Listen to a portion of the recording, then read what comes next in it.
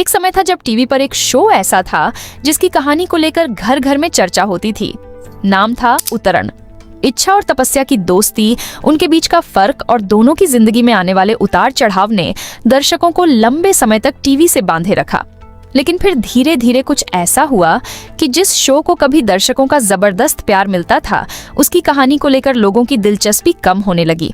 क्या इसकी वजह सिर्फ टीआरपी थी या फिर कहानी में आए बदलावों ने पुराने दर्शकों को शो से दूर कर दिया? आज इसी पूरी कहानी को समझते हैं। उतरण की शुरुआत साल 2008 में कलर्स टीवी पर उतरण की शुरुआत हुई। शो की कहानी दो लड़कियों, इच्छा और तपस्या, के इर्द गिर्द घूमती थी।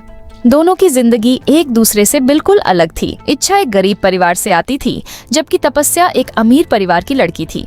बचपन से ही दोनों के बीच दोस्ती थी, लेकिन उनकी जिंदगी में मौजूद आर्थिक और सामाजिक अंतर धीरे धीरे उनके रिश्ते को बदलने लगा। यही इस शो की सबसे बड़ी ताकत थी।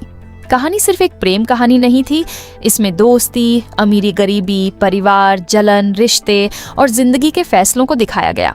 दर्शकों को लगा कि यह कहानी उनके आसपास की जिंदगी से जुड़ी हुई है, और शायद यही वजह थी कि उतरण बहुत जल्दी लोकप्रिय हो गया। उतरण की सबसे बड़ी पहचान उसके किरदार थे। इच्छा को दर्शकों ने एक सीधी सादी और संघर्ष करने वाली लड़की के रूप में देखा। वहीं तपस्या का किरदार इसके बिल्कुल अलग था। वह अमीर थी, आत्मविश्वासी थी और कई बार अपने फैसलों की वजह से विवादों में भी रहती थी। दोनों के बीच का कॉन्ट्रास्ट ही शो की जान था। दर्शक लगातार जानना चाहते थे कि दोनों की जिंदगी आगे किस दिशा में जाएगी। यही सस्पेंस शो को लंबे समय तक चलाता रहा। लेकिन यहीं से आगे चलकर कहानी के सामने एक बड़ी चुनौती भी आने वाली थी। किसी भी टीवी सीरियल के लिए सबसे मुश्किल काम होता है लंबे समय तक कहानी को इंटरेस्टिंग बनाए रखना। शुरुआत में उतरण की कहानी का मुख्य किरदार इच्छा और तपस्या थीं, लेकिन जैसे जैसे शो आगे बढ़ा, कहानी में नए मोड़ आते गए। रिश्ते बदले, नए किरदार आए, पुरानी कहानी आगे बढ़ी और फिर शो ने एक बड़ा जनरेशन लीप लिया। यहीं से दर्शकों का एक हिस्सा पुराने किरदारों और पुराने इमोशनल कनेक्शन को मिस करने लगा, क्योंकि जिस कहानी से दर्शक शुरुआत से जुड़े थे वह अब काफी बदल चुकी थी। वैसे तो जनरेशन लीप टीवी सीरियल्स में कोई नई चीज नहीं है। लंबे समय तक चलने वाले शो अक्सर कहानी को कई साल आगे ले जाते हैं। इससे नए किरदारों को कहानी में लाने का मौका मिलता है, लेकिन इसका एक रिस्क भी होता है।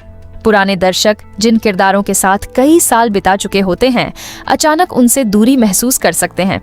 उतरण में भी कुछ ऐसा ही हुआ। कहानी एक नई पीढ़ी की तरफ बढ़ी, नए रिश्ते और नए कॉन्फ्लिक्ट सामने आए। लेकिन शुरुआती दौर में इच्छा और तपस्या की कहानी से जो इमोशनल अटैचमेंट बना था, वह धीरे धीरे कमजोर होने लगा और यहीं से शो की पकड़ पहले जैसी नहीं रही। क्या सिर्फ कहानी की वजह से टीआरपी गिरी? यह कहना सही नहीं होगा कि शो सिर्फ एक वजह से कमजोर हुआ। टीवी की टीआरपी कई चीजों पर निर्भर करती है। कहानी, कंपटीशन, टाइम स्लॉट, की पसंद और चैनल की प्रोग्रामिंग, सबका असर पड़ता है। जब उतरण अपने पीक पर था, तब उसके सामने कंपटीशन भी था। समय के साथ नए सीरियल्स आए। इसका मतलब यह नहीं कि उतरण अचानक फ्लॉप हो गया था। असल बदलाव धीरे धीरे आया। शो पहले की तरह डोमिनेंट नहीं रहा और दर्शकों की पसंद भी बदलती गई। पुराने किरदारों की कमी उतरण के शुरुआती दौर की सबसे बड़ी ताकत उसके पुराने किरदार थे। इच्छा और तपस्या की कहानी ही दर्शकों को लगातार जोड़े हुए थी।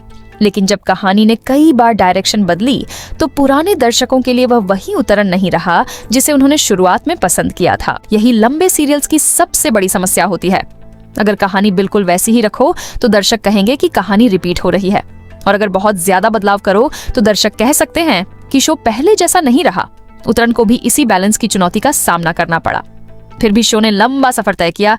यहाँ एक बात याद रखना जरूरी है, उतरण को सिर्फ उसके बाद के दौर से जज करना सही नहीं होगा।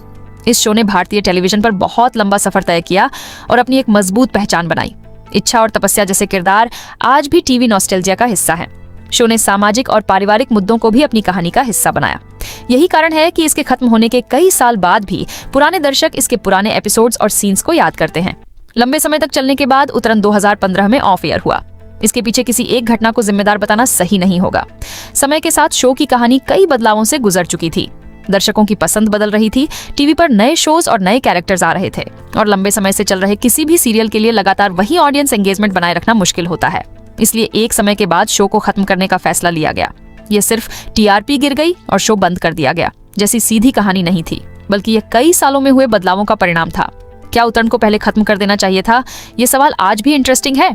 कुछ दर्शकों को लगता है कि शो को अपनी ओरिजिनल कहानी के आसपास रहते हुए पहले ही खत्म कर देना चाहिए था, क्योंकि शुरुआती कहानी का इम्पैक्ट बहुत मजबूत था। वहीं कुछ लोग मानते हैं कि अगर शो जल्दी खत्म हो जाता तो दर्शकों को उसकी पूरी जर्नी देखने का मौका नहीं मिलता। असल में दोनों पक्षों की अपनी जगह है, लेकिन एक बात साफ है, उतरण की सबसे बड़ी लोकप्रियता उसके शुरुआती किरदारों और उनकी कहानी से आई थी। और जैसे जैसे वह कहानी बदलती गई, ऑडियंस कनेक्शन भी बदलता गया। आज जब पुराने टीवी सीरियल्स की बात होती है तो उतरण का नाम जरूर आता है। खासकर इच्छा और तपस्या के किरदार आज भी लोगों को याद हैं। यही पुराने शो की सबसे बड़ी सफलता है। किसी शो का खत्म होना उसकी लेगेसी को खत्म नहीं करता। अगर सालों बाद भी लोग उसके कैरेक्टर्स को याद करते हैं तो इसका मतलब है कि शो ने अपने समय में दर्शकों पर गहरी छाप छोड़ी थी। फिर समय के साथ कहानी बदली, नए कैरेक्टर्स आए, जनरेशन लीप हुआ और दर्शकों का इमोशनल कनेक्शन धीरे धीरे बदलता गया। साथ ही टेलीविजन ऑडियंस की पसंद और कंपटीशन भी बदलता रहा और आखिरकार 2015 में इस लंबे सफर का अंत हुआ। लेकिन आज भी उतरण को सिर्फ एक बंद हो चुका सीरियल नहीं कहा जा सकता। ये उन टीवी शोज में से एक है जिसने अपने दौर में दर्शकों को टीवी के सामने बांधे रखा और इच्छा तपस्या जैसे किरदारों को यादगार बना दिया। अब आपकी बारी है। आपको उतरण में इच्छा पसंद थी या तपस्या? और क्या आपको लगता है कि उतरण को अपने पुराने दौर में ही खत्म कर देना चाहिए था? कमेंट में अपनी राय जरूर बताइए।